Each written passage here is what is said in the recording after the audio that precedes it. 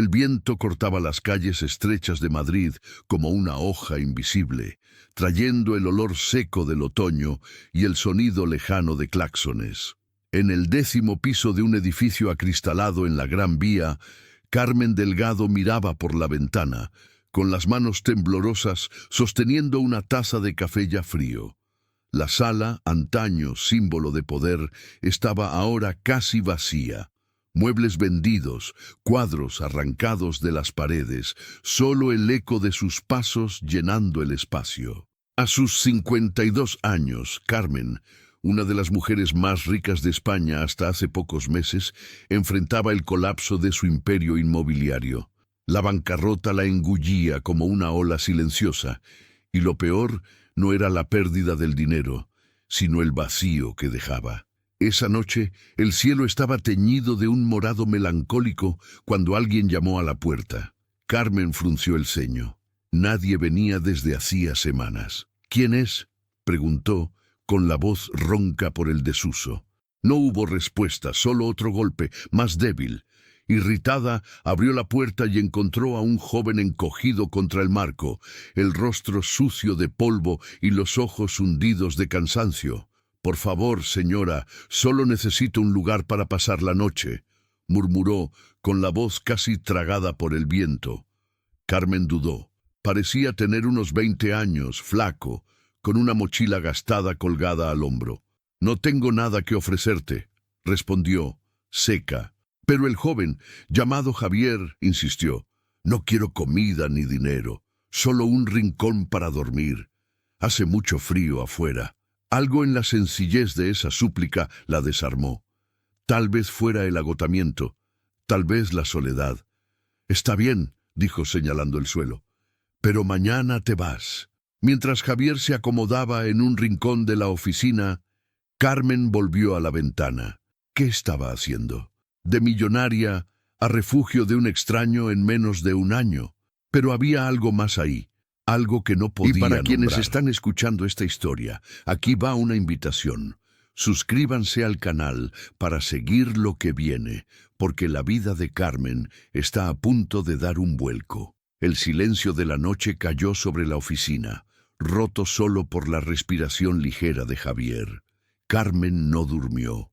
Sentada en su silla giratoria, observaba al joven, intentando entender por qué no lo había echado. Parecía inofensivo, pero había una energía inquieta en él, como si guardara un secreto. Afuera, las luces de Madrid parpadeaban, indiferentes a la ruina que se instalaba dentro. A la mañana siguiente, el sol entraba tímidamente por las persianas, dibujando líneas doradas en el suelo de madera. Carmen despertó con el cuello rígido, aún en la silla, y vio que Javier ya estaba de pie, ordenando su mochila. Era más alto de lo que había notado en la noche, con el pelo castaño despeinado y una mirada que parecía cargar más de lo que sus pocos años sugerían. «Gracias, señora», dijo, con un leve acento del sur, quizás de Andalucía. «Ya me voy». Pero Carmen, sorprendiéndose a sí misma, respondió, «Quédate un poco más, toma un café». No sabía por qué lo dijo. Tal vez era el vacío de la oficina, o el hecho de que, por primera vez en meses, había otra voz, además de la suya, resonando allí. Javier aceptó, dudoso, y se sentaron en sillas opuestas, con una mesa vacía entre ellos. Carmen Delgado no era mujer de gestos impulsivos. Nacida en Valladolid, hija de un pequeño comerciante, había construido su fortuna desde cero. A los 30 años, ya compraba y vendía edificios en Barcelona. A los 40, poseía la mitad de las propiedades de lujo en Madrid. Su rostro, aún hermoso pese a las sutiles arrugas alrededor de los ojos, llevaba la firmeza de quien nunca se doblegó. El cabello negro, ahora con hebras grises, caía en ondas sobre los hombros, y sus ojos castaños tenían un brillo que intimidaba. Pero todo eso se derrumbó con la crisis inmobiliaria. Socios la abandonaron, bancos reclamaron deudas impagables, y lo perdió todo, menos esa oficina, el último vestigio de su vida pasada. «¿Por qué estás en la calle?», preguntó, rompiendo el silencio. Javier dudó, removiendo el café con una cucharilla que temblaba ligeramente en su mano. Perdí mi trabajo en una fábrica en Málaga. Vine aquí a intentar algo, pero no salió bien. No dio más detalles. Y Carmen no insistió. Había una honestidad cruda en él que la intrigaba. A medida que avanzaba el día, ella lo dejó quedarse un poco más. Javier limpió el polvo de las ventanas, ordenó papeles esparcidos, pequeñas tareas que Carmen no pedía, pero que él hacía en silencio. Era extraño, casi reconfortante, tener a alguien allí. Por primera vez en meses, la oficina parecía menos muerta. Pero lo que Carmen no sabía era que ese joven humilde, con su mochila gastada y sus manos callosas, estaba a punto de cambiar todo lo que ella conocía de sí misma. Los días siguientes transcurrieron como un baile vacilante entre Carmen y Javier. Él no pedía quedarse, pero ella tampoco lo echaba. La oficina, antes una tumba de recuerdos, cobraba vida con pequeños gestos. El sonido de una escoba en el suelo, el aroma del café recién hecho, la voz de Javier contando historias simples sobre Málaga, el mar, las ferias, el calor que quemaba los pies en la arena. Carmen, siempre reservada, empezó a escuchar más de lo que hablaba. Una tarde lluviosa, mientras el agua corría por las ventanas en riachuelos sinuosos, Javier encontró una caja de madera en un rincón de la oficina, cubierta por una gruesa capa de polvo. «¿Qué es esto?», preguntó, levantándola con cuidado. Carmen se quedó helada. Era una reliquia de su vida anterior, algo que evitaba tocar desde la quiebra. «Nada importante», respondió, seca. Pero sus ojos delataron la mentira. Javier, notando la tensión, dejó la caja sobre la mesa y se apartó. Más tarde, sola, Carmen abrió la caja. Dentro había fotos antiguas, recortes de periódicos y una llave pequeña, de latón, con un símbolo grabado, un sol estilizado. La sostuvo entre los dedos, el metal frío contra la piel, y un recuerdo la golpeó como un relámpago. Era la llave de una caja fuerte que había mantenido en un banco en Toledo, un secreto que ni sus antiguos socios conocían. Allí, años atrás, había guardado algo valioso. No dinero, sino documentos que podrían haber evitado su ruina si los hubiera usado a tiempo. Carmen cerró la caja con fuerza, el corazón acelerado. ¿Por qué no lo había recordado antes? La respuesta era simple: el orgullo. Se había negado a admitir la derrota, a pedir ayuda, a usar esa carta. Ahora, con la oficina vacía y un extraño barriendo el suelo, la ironía la asfixiaba. Miró a Javier, que limpiaba un estante, ajeno al torbellino dentro de ella. No tenía idea de lo que había desencadenado al encontrar esa caja. La lluvia cesó, y un arcoíris tímido apareció sobre Madrid. Carmen guardó la llave en el bolsillo, decidida. Por primera vez en meses había un plan, una chispa de esperanza, pero necesitaba tiempo, y extrañamente, la presencia de ese joven que sin saberlo había reavivado algo en su alma. El hallazgo de la llave cambió a Carmen. En los días siguientes, empezó a actuar con una energía que Javier nunca había visto. Pasaba horas al teléfono, hablando en voz baja con abogados y antiguos contactos, mientras él observaba, curioso, pero sin preguntar. La oficina, antes un lugar de silencio y derrota, vibraba ahora con una tensión casi palpable. Carmen no le contaba a Javier qué pasaba, pero él sentía que algo grande se acercaba. Una mañana de sábado, mientras tomaban café, ella habló al fin. ¿Alguna vez has pensado en empezar de nuevo, Javier? ¿Incluso cuando todo parece perdido?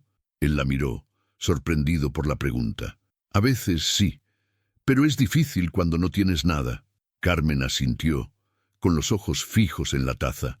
Yo también lo creía, hasta ahora. Entonces reveló la idea que se formaba en su mente. La llave abría una caja fuerte en Toledo, donde estaban guardados documentos de un proyecto inmobiliario abandonado años atrás. Un complejo de viviendas populares que había planeado pero nunca ejecutó por disputas con socios. Esos papeles, si se usaban bien, podrían atraer inversores y levantar su carrera. No era una certeza, pero sí una oportunidad. Javier escuchó en silencio, con los ojos muy abiertos. ¿Y por qué no fuiste por ellos antes? Carmen rió, un sonido amargo. Porque era arrogante. Pensaba que podía resolverlo todo sola, pero a veces la vida te obliga a ver lo obvio. Hizo una pausa, mirándolo. Tú me lo recordaste. Él frunció el ceño, confundido. ¿Yo?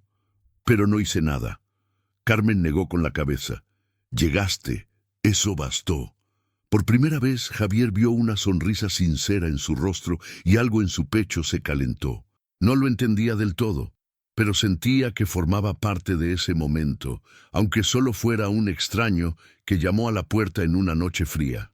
El sol de invierno entraba por las ventanas, bañando la oficina con una luz suave. Carmen tomó su abrigo y dijo, «Voy a Toledo mañana. ¿Quieres venir?» Javier dudó, pero asintió. Fuera lo que fuera, quería verlo hasta el final. El viaje a Toledo fue silencioso, pero no incómodo. Carmen conducía un viejo Seat Ibiza, el único coche que le quedaba de su flota de lujo, mientras Javier miraba por la ventana, las colinas doradas de Castilla-La Mancha pasando como un borrón. El aire dentro del coche olía a cuero gastado y al perfume floral que usaba Carmen, una fragancia que parecía de otra época. Llegaron al banco a media mañana. El gerente, un hombre de mediana edad llamado Miguel, reconoció a Carmen de inmediato. «Señora Delgado, ¿cuánto tiempo?», dijo, con un tono que mezclaba respeto y curiosidad. Ella solo asintió, entregándole la llave. Minutos después, estaban en la sala de cajas fuertes, y Carmen abrió el compartimento con manos firmes. Dentro había una carpeta de cuero llena de papeles amarillentos. Planos, contratos, presupuestos, todo intacto, como lo había dejado años atrás. Javier se quedó atrás, sin decir nada, pero sus ojos seguían cada movimiento de ella. Al salir, Carmen sostenía la carpeta como si fuera un tesoro. «¿Y ahora?», preguntó él. «Ahora», dijo ella, «buscaré a quien pueda hacer esto realidad». De vuelta en Madrid, los días siguientes fueron una maratón. Carmen contactó a antiguos colegas, inversores y hasta a un arquitecto jubilado llamado Luis, que había trabajado en el proyecto original. Javier, por su parte, se volvió una presencia constante. Preparaba café, ordenaba papeles, escuchaba las charlas con atención silenciosa.